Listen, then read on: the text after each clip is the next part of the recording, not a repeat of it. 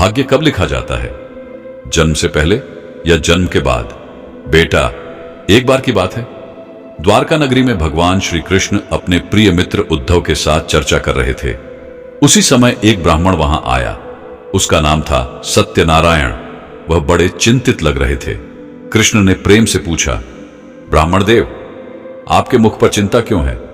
ब्राह्मण ने हाथ जोड़कर कहा, मधुसूदन, मैं वर्षों से कठिन परिश्रम कर रहा हूं, पूजा पाठ करता हूं, परंतु फिर भी मेरा जीवन दुखों से भरा हुआ है। क्या यह मेरा भाग्य है? क्या मेरा भाग्य पहले से ही लिखा जा चुका है? क्या मैं इसे बदल नहीं सकता? कृष्ण मुस्कुराए और बोले, सत्यनारायण, तुम्हारे प्रश्न का उत्तर मैं एक कथा के माध्यम से दूंगा। ध्यान से सुनो। बहुत समय पहले एक राज्य में एक महान राजा राज करता था। उसके पुत्र धीरसेन का जन्म हुआ।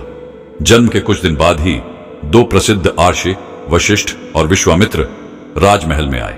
राजा ने उनका स्वागत किया और कहा, हे महर्षियों, आप तो त्रिकालदर्शी हैं, कृपया बताइए कि मेरे पुत्र का भविष्य कैसा होगा। आर्षि वशिष्ठ ने कहा, हे राजन, इस बालक का भाग्य पूर्व जन्म के कर्मों के आधार पर लिखा गया है। यह एक निर्धन ब्राह्मण की कुटिया में रहेगा, कष्ट भोगेगा और जीवन भर दर दर भटकेगा। राजा दुखी हो गए, लेकिन तभी आर्षि विश्वामित्र बोले, नहीं राजन, यह बालक यदि अपने कर्मों को बदल दे तो इसका भाग्य भी बदल सकता है। राजा ने आश्चर्य से पूछा, क्या पूर्व जन्म के कर्मों को नए कर्म बदल सकते हैं? विश्वामित्र बोले, बिल्कुल, जो कर्म मनुष्य करता है वे उसके भाग्य को भी लिखते हैं। प्रारब्ध पूर्व जन्म के कर्मों का फल जरूर होता है, लेकिन पुरुषार्थ वर्तमान कर्म से उसे बदला जा सकता है। समय बीतता गया। जब धीरसेन युवा हुआ तो अचानक कुछ दुष्ट मंत्रियों ने षड्यंत्र रचकर उसे राज्य से बाहर निकाल दिया। वह जंगलों में भटकने लगा, भूखा प्यासा रहने लगा। उसे अचानक अपने पिता के कहे हुए शब्द याद आए। आर्षि वशिष्ठ ने कहा था कि मैं दर दर भटकूंगा, और वह सच हो रहा है।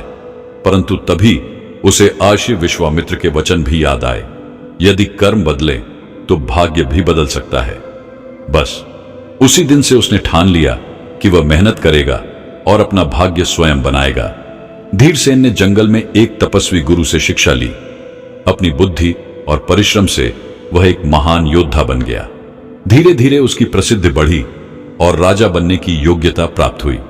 कुछ वर्षों बाद वह अपने ही राज्य में वापस लौटा और दुष्ट मंत्रियों को पराजित कर पुनः अपने पिता का खोया हुआ राज्य प्राप्त कर लिया।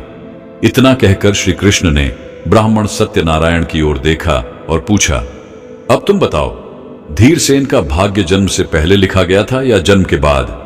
ब्राह्मण कुछ सोचने लगे और बोले, मधुसूदन, जन्म के समय आर्षियों ने कहा था कि वह दर दर भटकेगा, और यह सत्य भी हुआ। परंतु जब उसने कर्म बदले तो उसका भाग्य भी बदल गया।